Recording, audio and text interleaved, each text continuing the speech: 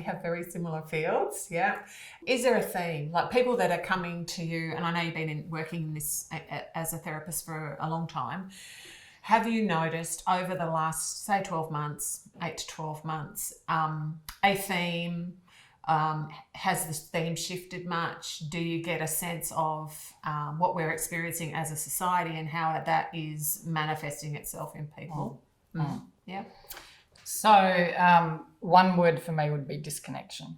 Okay. Really. Yeah. So I would say that most clients that come to me are really struggling and in pain because they're disconnected. And mostly they experience that disconnection with their external world. So there's problems with relationships, there's problems with relationships at work, all sorts of different circumstances. But ultimately, and this is how I see it, and this is how I see the personal journey and the collective journey really, is that it's one of disconnection.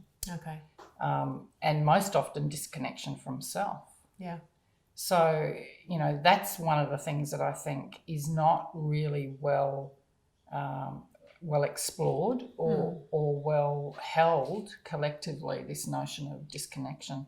And really COVID has just really highlighted that. Yeah. It's just really dug deep into the way that we move through our world and the way that we've normally connected, the way that we connect with things and doing, to sometimes cover over that disconnection that we feel internally.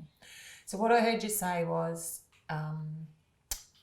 how we connect with things. Yeah, that was only a little bit of what you said. But and so when I hear something like that, like a statement of my own experience of connecting with things, situations, experiences,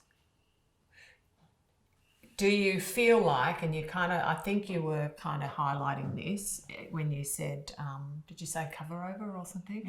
So do you feel that sometimes that desire to connect with things or to move towards these goals and those, which are often tangible things for people, achievements in some way, that what we're currently experiencing or what we have experienced has shown us, I was going to say the emptiness in that, but I don't know whether that's too strong a word. Yeah.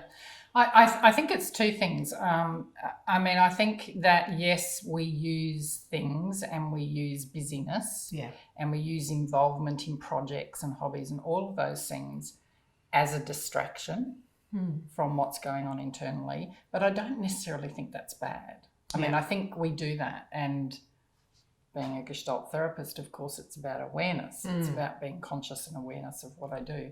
And being aware, once I'm aware that I'm using those things to bypass what's going on internally or bypass the pain that comes from disconnection, then maybe those things aren't so useful.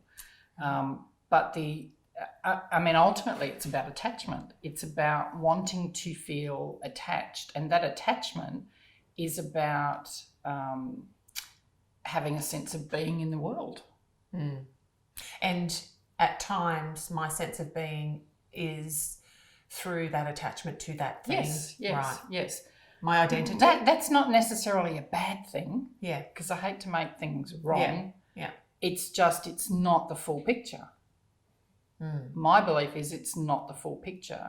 And this is where it's spiritual for me, because I believe that there are deeper longings, deeper calls of the spirit that want to move us toward connection relationally.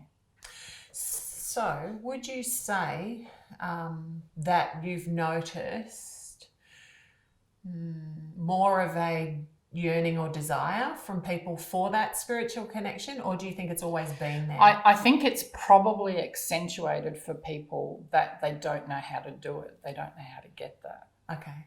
And it seems important for me to look at the notion of, I've heard lots of things during this whole COVID thing, that having to stay at home, only being able to connect online, that's terrible. I can't do online. I can't connect. I'm not, getting that face-to-face time.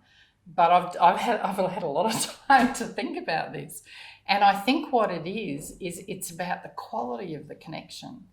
Because certainly personally for me, having to now do therapy online is that once we have that relational connection, that quality of connection, it's there as if we were in the same room, right? Which highlights a whole lot of spiritual principles about energy and connection and et cetera, et cetera.